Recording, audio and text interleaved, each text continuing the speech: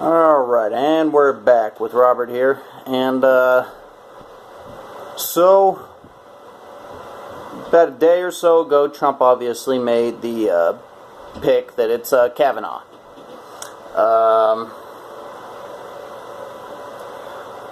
I've given this as fair balanced of a hearing as I could, for me, obviously. But I listened to both the pros and the cons and looked into Kavanaugh a little bit more. And I gotta say, I think this is at best, in my opinion, if I were to give it a grade, like a B pick for Donald Trump. I think he definitely could have done better. Hopefully, the private talks that he had with Kavanaugh, he told him something different than some of the things that I've noticed here, but there's a couple things about Kavanaugh's past that have me worried, that reason why I don't like this pick, but as Roger Stone put it so eloquently, Kavanaugh, he's a, let's see, how did he put it? He's right-leaning, but just not our right-leaning guy. So, like, he's a conservative, but he's just not our conservative, is effectively what he said. And this is true. So, in the general, he'll more than likely vote on the conservative side of issues, and even if you look at his history, which is, he's got a lot of opinions he's put out there, for the most part, he definitely is, you can see, a conservative judge. But there's some connections that I'm going to bring up right quick, and I don't have everything pulled up I want, but oh well. We'll just make this a short video. But the first thing the reason why I didn't personally like Kavanaugh, and I was obviously a proponent for Judge Napolitano, which Trump said that Napolitano was going to be his second SCOTUS pick, but ended up not doing it because I think Trump is trying to play politics here. He's looking for someone who he can get a quick win with. Someone who can get in before the elections, even though I don't think the blue wave is going to come. Obviously, I think it's going to be a red tsunami, so there's not much to really fear there. But I think that this is just Trump trying to play politics. And I'm not too happy with that, because obviously we didn't elect him to go in and keep doing what was already being done in Washington. We didn't elect you to go up in there and to play their game. We elected you to go in there and to destroy their game, to get it back to what it needs to be. And by putting in this Bush predecessor, effectively, I don't know how far that will push us down the line, especially with a couple of these decisions that he's made that. Now, I'm going to take, obviously, this info with a grain of salt, because it's coming off of a CNN website. I don't trust anything coming off of CNN. But they got a couple of it, and it was an article written, updated on Tuesday, July 10th at noon, entitled, Where Supreme Court Nominee Brett Kavanaugh Stands on Key Issues. And so, going through this, it makes me like him just slightly less, but then once again I'm taking it with a grain of salt. It is CNN. But his stance on Roe v. Wade, obviously, I think he feels it's already kind of like settled law, and I can understand that viewpoint, because I don't think Roe v. Wade will be overturned. However, there is a movie coming out about Roe v. Wade, I hear, and I recommend everybody look into it and watch it. It was secretly filmed down in Louisiana, if I remember right. And they got like a week or two left in shooting, and then it's going to be coming out, and it's definitely be something to look into, because it's all about effectively how Roe v. Wade came about.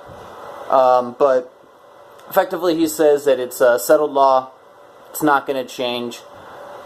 The only way I personally do see it changing is that it's not necessarily Roe v. Wade that's going to get challenged up into the Supreme Court. It's going to be another state or another issue about abortion that gets brought to them, and it's not that abortion is going to become then outlawed. It's just going to be stripped from federal protection, effectively, and it's going to be left to the states to decide who wants to still allow abortion, who doesn't want to allow abortion, and that's what America should go back to, because it's the states that decide how they can operate, not the federal government. So I like that stance, but obviously his stance on Roe v. Wade is it's not going to get overturned, so I can understand that.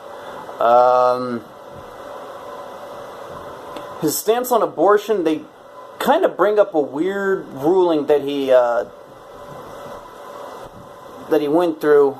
Dissent from the senators. One of Kavanaugh's opinions likely to draw scrutiny from senators is dissent from a ruling of the D.C. Circuit last October that an undocumented immigrant teen in detention was entitled to seek an abortion.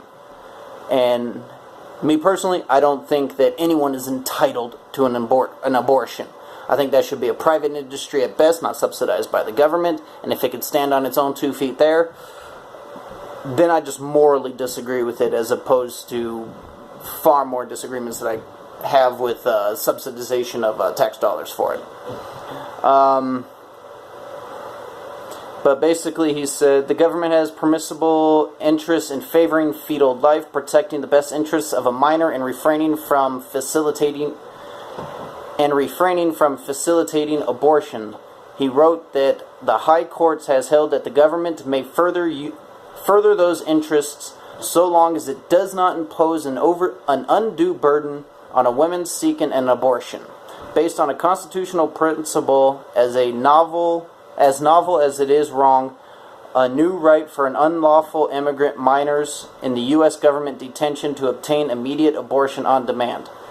It's kind of weird how they write this. It's lawyer speak through and through. But basically, he added, however, all parties to this case recognize Roe v. Wade and Planned Parenthood v. Casey as precedents we must follow. So it's kind of convoluted right there, but it does sound like he is saying that an illegal immigrant that crosses our border can use our tax dollars to have an abortion and all that, and I disagree with that. I do not like that opinion. I don't think an illegal immigrant in our country should be allowed anything that our country has to offer. You come in the right way, and my story changes. But you come in illegally, I draw a hard red line right there. I did like his religious liberty opinion, where he was, in a case involving the challenge under the Religious Freedom Restoration Act to the Affordable Care Act, so-called contraceptive mandate, Priests for Life vs. HHS. In this dissent, he expressed sympathy for the religious challengers, making reference to the Supreme Court ruling in Burwell v. Hobby Lobby. He wrote that the regulations substantially burden the religious organizations' exercise of religion because those regulations require the organizations to take an action contrary to their sincere religious beliefs. And I completely agree with that one right there. So I like that religious liberty aspect of him. Separation of powers and executive branch authority. I liked this one because he talked about essentially how it was, in 2012 he argued in dissenting opinion that the EPA, quote, exceeded its statutory authority in a case challenging the agency over the regulation of greenhouse gases. In a separate 2014 opinion, Kavanaugh was again critical of the EPA, writing, in my view, it is unreasonable for the EPA to exclude consideration of costs in determining whether it is, quote, appropriate to impose significant new regulations on electric utilities. So I do like how he is highly skeptical of the regulatory actions taken by the EPA or even just federal agencies, the bureaucracies that have become the madhouse of our government. That he is, he definitely has skepticism of that. So I like that. So like Roger Stone was saying, he's conservative, but he's just not our conservative, effectively. Second Amendment, obviously I like him there. He was part of the D.C. Kavanaugh dissented from the majority opinion D.C. Circuit that upheld the ban that applied to semi-automatic rifles in the District of Columbia. In his dissent, he wrote that the Supreme Court had previously, quote, held that handguns, the vast majority of which today are semi-automatic, are constitutionally protected because they have not traditionally been banned and are in common use by law-abiding citizens. Citing a previous High Court ruling, Kavanaugh went on to say it follows from Hiller's protection of semi-automatic handguns that semi-automatic rifles are also constitutionally protected and that the D.C. ban on them is unconstitutional. So I like him in that aspect right there. But obviously the abortion issue, not too happy with, and obviously the one that they didn't bring up right here, which I'm kind of surprised, was his dissenting opinion on the Obamacare mandate, effectively, which is how he got it. It was his decision on how it ended up becoming passed, because he was the one who argued that if you call it a tax, effectively, a tax can't be challenged until it has been paid. So by calling it a tax, you can't challenge the Affordable Care Act until it's submitted, gone through, and someone has paid the tax and said, okay, no, I'm not supposed to do that, and then it can be challenged. So I'm not too happy with that right there. So because of him, effectively, him and obviously Gruber and Romney and all the hardcore leftists are the reason that we have that monstrosity that's slowly being chipped away. We no longer have the mandate, thank God. It only took how many years? So there's a couple issues. And then the one that Roger Stone brings up, and it's written on a July 5th article on Infowars.com. Highly recommend checking this one out. It's very detailed.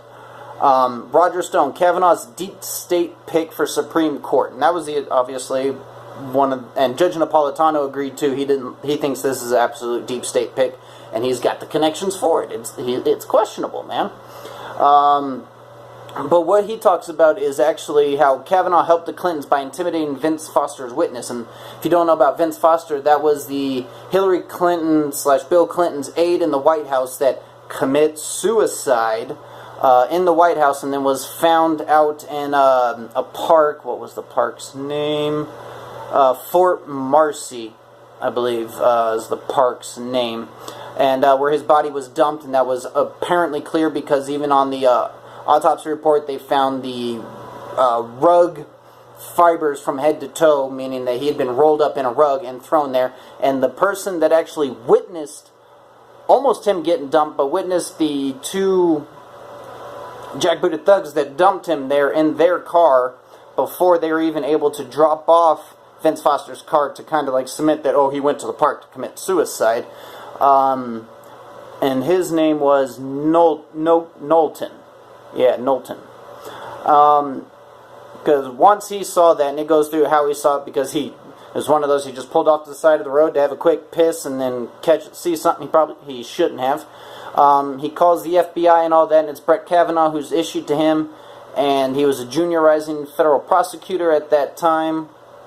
And what he did was he browbeat this guy, he pressured him to change his story and all that. And eventually it led to, let's see, oh man, I didn't have it saved. But effectively, it got so bad to the point that Knowlton filed a case against Kavanaugh later on for how he acted as the prosecutor in that case because he felt it was unlawful, unjust. So, handful of things I don't like about this guy, and obviously he's comes out of the Harvard-Yale system and all that, and that is just the ultimate, you know, who's who club of the deep state officials and all that. It's just because you went to Yale and Harvard doesn't mean you're smart. It just means you had the money to get connected with the right people, effectively. So there's a handful of things I'm not a big fan of this guy on. There's a couple people, and it's not so much that I want him to be blocked and not put on the Supreme Court, but I felt that there were such better other people. I can't be mad at Rand Paul if he does kind of vote against this guy. I'll completely understand. I even think Barrett, that the female judge, even though she had a very short time there on the federal circuit, she would have been a better pick. Or Hardiman. No, it wasn't Hardiman. Who was the other guy? It doesn't matter. Judge Napolitano obviously was my leading favorite, but he ended up getting bumped, I guess, because of age. I guess a minor issue of it, but I can understand because you want to put someone onto the court that's going to be there a while. And if you put Napolitano on there, he's going to serve 15, 20 years at max, while as Kavanaugh could serve, 30 plus years, or Barrett could serve, just as longer. So I definitely understand wanting to pick someone that's going to stay there for a while. I'll agree with that. But Kavanaugh, for me, he's a deep state pick. Don't like it. I'm ready to be proven wrong. Maybe it's just he was the guy who thought, I got to play this game in order to get to the top even. But I'll trust the president right now. He hasn't done much of anything wrong that I disagree with. There's a couple of things, minor issues that I disagree with, like the striking Syria. I didn't agree with that's the second strike. But for the most part, Trump is doing absolutely what is for and best for America right now. And so I'm going to give this one the benefit of the doubt, but at best I give this a B. I think he could have done a lot better. I'm not a fan of this pick. I think it's more just he's playing the politics of it. He thinks he can get him in quick, and he's hoping that Ruth Bader Ginsburg, I mean, every time you see her in public, she's about to keel over and die. I'm not wishing that she does die, but she ain't got long to go. So she's next. And hopefully with that seat, he can put in someone that's an A+. Because I think Gorsuch was an A- to an A. I definitely liked him. Kavanaugh's a B. I think third time's a charm. Hit it out of the park next time, all right? And if we get this one, then we're going to have basically a, what is that, 7-3, effectively conservative to liberal judge on the Supreme Court, that we can start taking our country back. We can start making this America again. So that was my quick word about Kavanaugh being selected for Supreme Court. It'll be interesting how this goes. I'll be interested in what questions Rand Paul brings up during his hearing. So I'll be watching that, and I'll shoot a video after it to let you know what I think. But as of right now, I don't know, man. But I'll keep an open mind. So this is Robert reporting for Republic Rising. And remember, people, stay awake, man. Conservatism is the new counterculture. Let's get this done. Alright? MAGA.